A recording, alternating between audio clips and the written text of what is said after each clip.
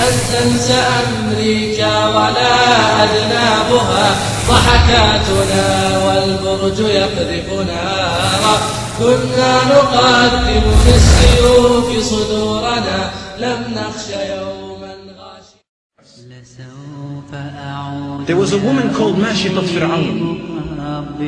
She was a woman who was the hairdresser of Fir'aun's daughter, Pharaoh, who said, "Ma alimtu lakum min ilahin ghayri." I did not know any God but me.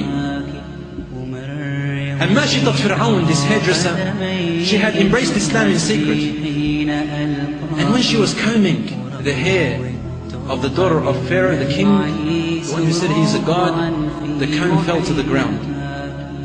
And then she automatically, subconsciously picked up the comb and said, "Bismillah," in the name of Allah.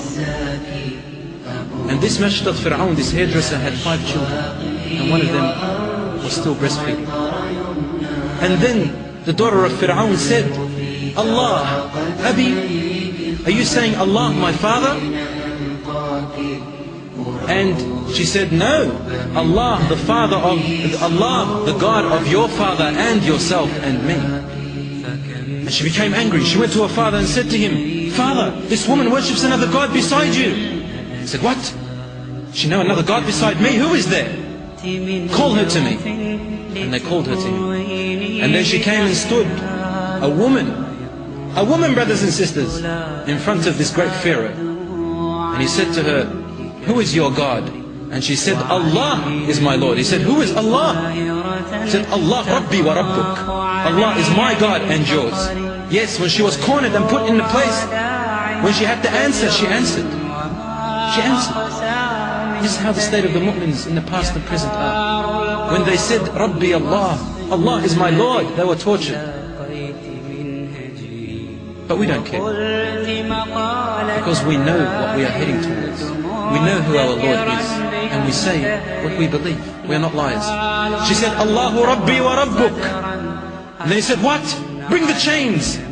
They brought the chains. They began to punish her and whip her. "Who is your Lord?" And she would say, "Allahu Rabbi wa Rabbuk." And so he ordered for them to bring a large container. And then he spilled hot, boiling oil into this container. Large container. Like a swimming pool. And then he said, "Bring me all of her children." And they brought them one by one. He said, "Worship me, I am your God." She said, "Never." So he brought her first son, and he threw him into the oil. In front of her eyes, his meat and his flesh fell off his body, and then his bone disintegrated. Then they brought her next son, and she was firm, Allahu Akbar, and they burnt him. She could not stop him. And then her third, and then her fourth. Then finally her fifth, he was on her arm, and she was about to pull back. She was about to pull back in front of the eyes of all the people, when all of a sudden, and this is the hadith of the Prophet sallallahu alaihi wasallam, he said, when all of a sudden Allah subhanahu wa ta'ala from above 7 skies made her child or infant speak while he was in the cradle, and he said, "Isbiri ya ummati, isbiri ya ummi, isbiri ya ummi, innaki ala al-haq." Be patient, my mother, you are on the truth. Inna Allah qad wa'adaki bi jannah. Allah has promised you with a great heaven. Keep going, mother.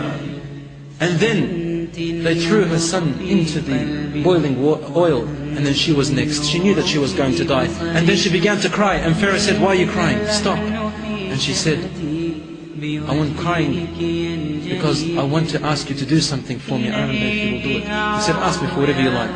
He said, "Once you throw me into the oil, then I want you to gather whatever is remaining of our bodies, and I want you to bury us together in the same grave, because I want to be resurrected with my children, and I want to go to Jannah with my children."